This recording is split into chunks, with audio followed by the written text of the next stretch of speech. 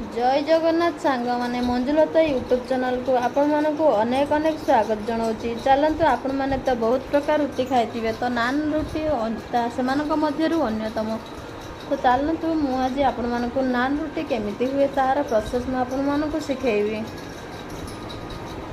देखिपे केते सुंदर एवं नरम सॉफ्ट है नान रुटी। तो घरे एमती बनई थे खातु एवं मो सहित शेयर करूँ। वीडियोटी भल लगी लाइक कमेंट शेयर निश्चित करेंगे।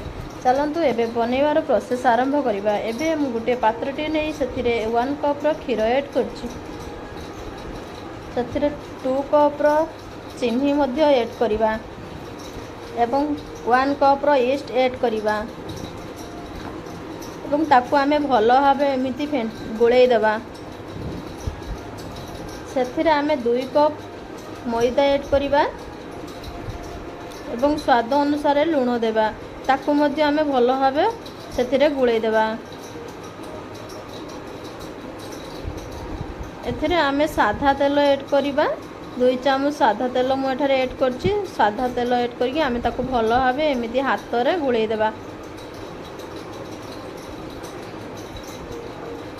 ताकू भल भाव आम एमती चकटी भल भाव गुड़ा करी रखिबा एवं ताकू अध घंटे पई घोड़ेकी रखिदेबा। मैदाटी आमर भल भाव फुलिया आम अध घंटे पई ताकू एमती गोटे सूता कपड़े घोड़ेकी रखेबा। देखंतु मैदा एबे आमर अध घंटे ही गला आसलानी। तो मैदा आमर बहुत भल भाव फुली जाइछि। तो चलतु एबे आमे ताकू आउ टिके भल भाव चकटिबा।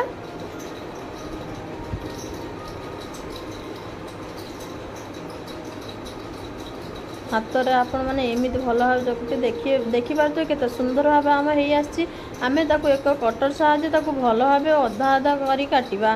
समान भाग नहीं काटिबा। तो चलतु मु ताकू 5 भाग करछि। गुलाटी जेमिति आमर रुटी हुए आमे ताकू सेमिति ही करिबा। बाकी आमे ताकू टिके बड़ बड़ साइज रो करिबा।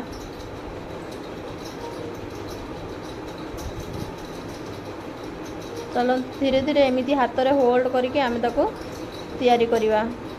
केते सुंदर भाव आमर नान रुटी प्रस्तुत होगापाई आमे रेडी करदेलु गुड़ा। तो चलतु एबे तार मु बेलिबार प्रोसेस आरंभ करवा। एबे आमे ताको 10 मिनिट पई घुड़ेइबा पई छाड़दबा। तो आमे एबे जेमिति रुटी आमे घरे बेली थाउ ताकू मध्ये आमे सेमिति बेलिबु। तो टिके मोटा अंश रखी आमे ताकू बेलिबु। देखंतु केते सुंदर है मु जेमिति बेलिछि आपण माने मध्ये ठीक सेमिति ही बेलंतु। एमिति करी आमे धीरे धीरे संपूर्ण रुटी को बेली दबा।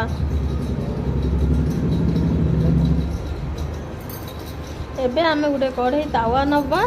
सेथिरे जेमिति आमे रुटी करू ताकू मध्ये सेमिति तैयारी करिबा। देखंतु आम नान रुटीर केते मापरे मोटा अच्छी सेमिति अनुसार करेंगे देले से भल भाव फुलिबो। तो तांको धीरे धीरे करी आमे एमिति सेकिबा। तो चलतु केते सुंदर भाव आम नान रुटी फुलिबो आपण माने निश्चित देखि पारथुबे। धीरे धीरे करी प्रस्तुत हैला आमर नान रुटी।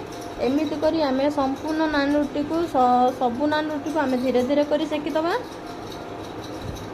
अवशिष्ट नान रुटी को आमे भल भाव एमिति धीरे धीरे करी सेकिबा।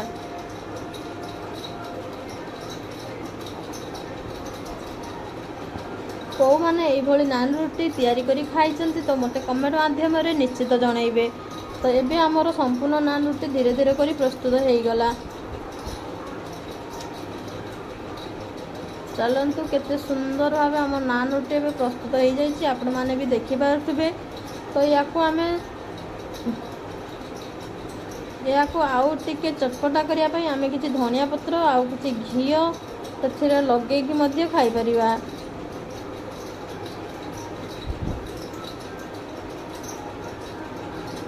तार टेस्ट द्विगुणित होता है।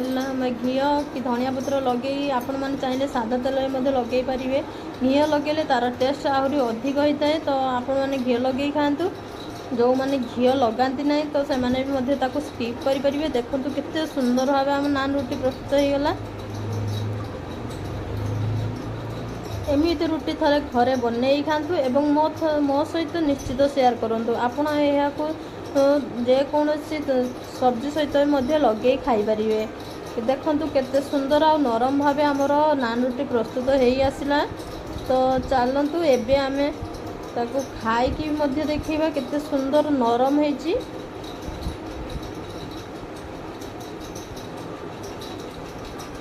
ନୂଆ କରି ମୋ ଚ୍ୟାନେଲକୁ ଆସିଥିଲେ ସବସ୍କ୍ରାଇବ୍ ନିଶ୍ଚିତ କରିବେ। ରଖୁଛି, ବାଏ, ଜୟ ଜଗନ୍ନାଥ।